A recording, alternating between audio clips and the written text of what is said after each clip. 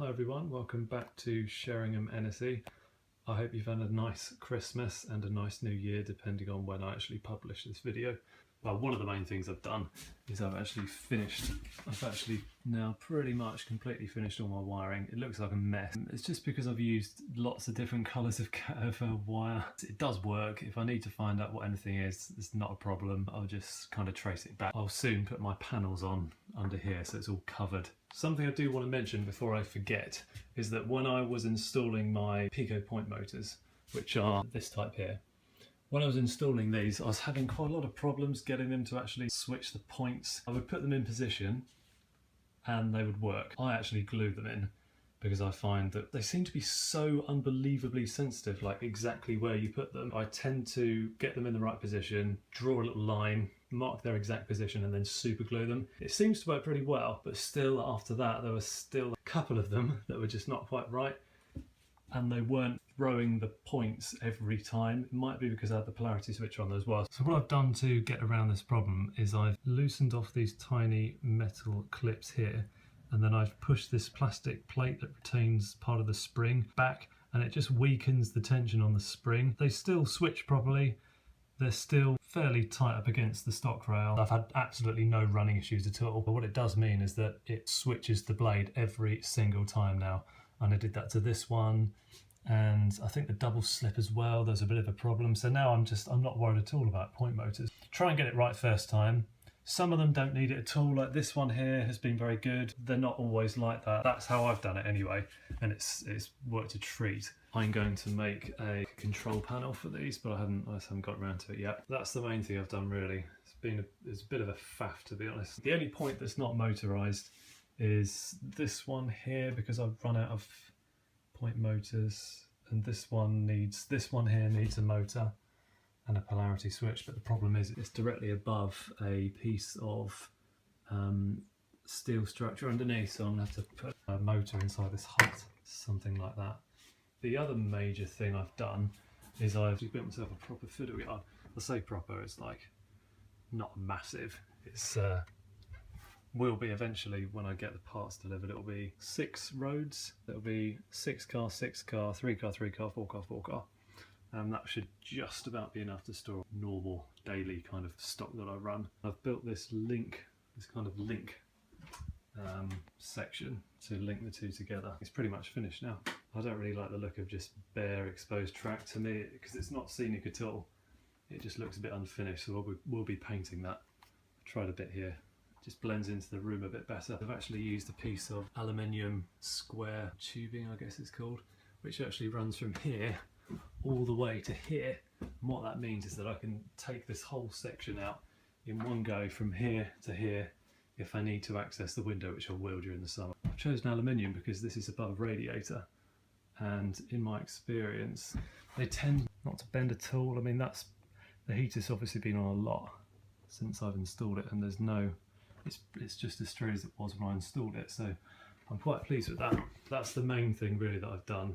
Before my scenic area ended, I think it ended about here, I was planning on using this section in here as a fiddle yard. It's not practical at all.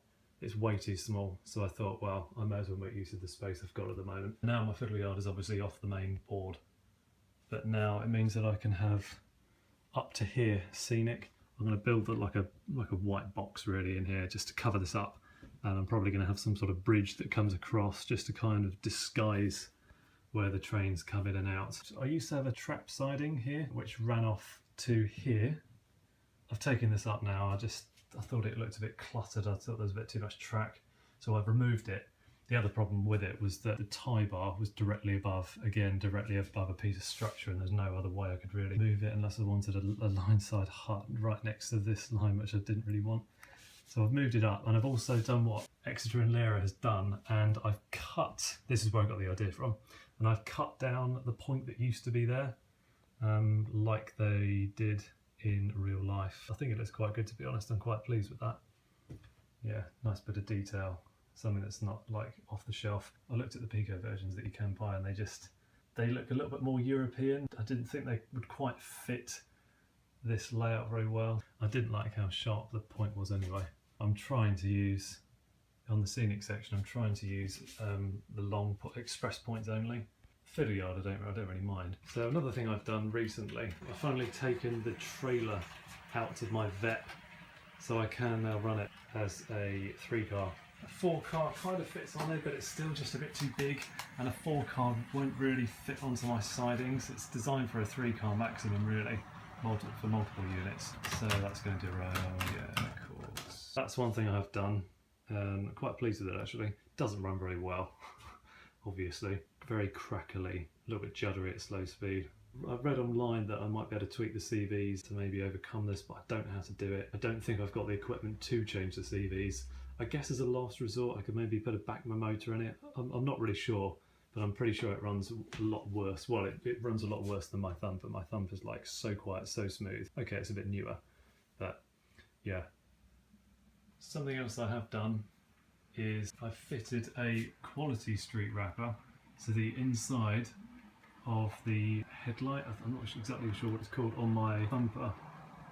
This light at the front, the one at the bottom, not the, I don't know which one's the marker light. I'm not really sure. Anyway, it's the one at the bottom. When they come from Bachmann, they come very bluey, whitey, like blatant LED. It just doesn't look right. As far as I'm aware, they didn't have bluey white lights, and it just looked a bit daft. So I've opened it up, super glue the quality street wrapper in front of the LED, and I've put a little bit of aluminium tape just to try and stop a bit of the light bleed as well. It still needs a bit more work. I've only done one end.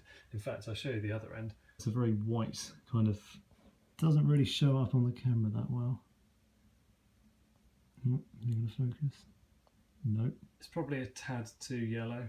It's still much more like as I remember them. I really don't like the lighting inside this. It's very, very orange, kind of like really low pressure sodium lighting. I don't think it was like that at all. It might have been like a warm white, but it wasn't that orange. Hopefully soon I will be adding a bit of scenery. I think I'm going to start at this end by adding my bridge. The plan is that the bridge will completely disguise this area, like I say. The reason I'm stopping here is because if I move this scenery threshold, which is here, any further this way, then as the coaches are leaving or entering, you will see articulation in them, like it's going around this tight bend, and I just don't want that at all because it's such an unrealistic bend. This is the tightest bend I want, really. You won't see the bend at all, and in fact what I'm probably going to do is put a shield that comes up like this, so when you're standing like this, you'll only see the link this side. You won't see any of this.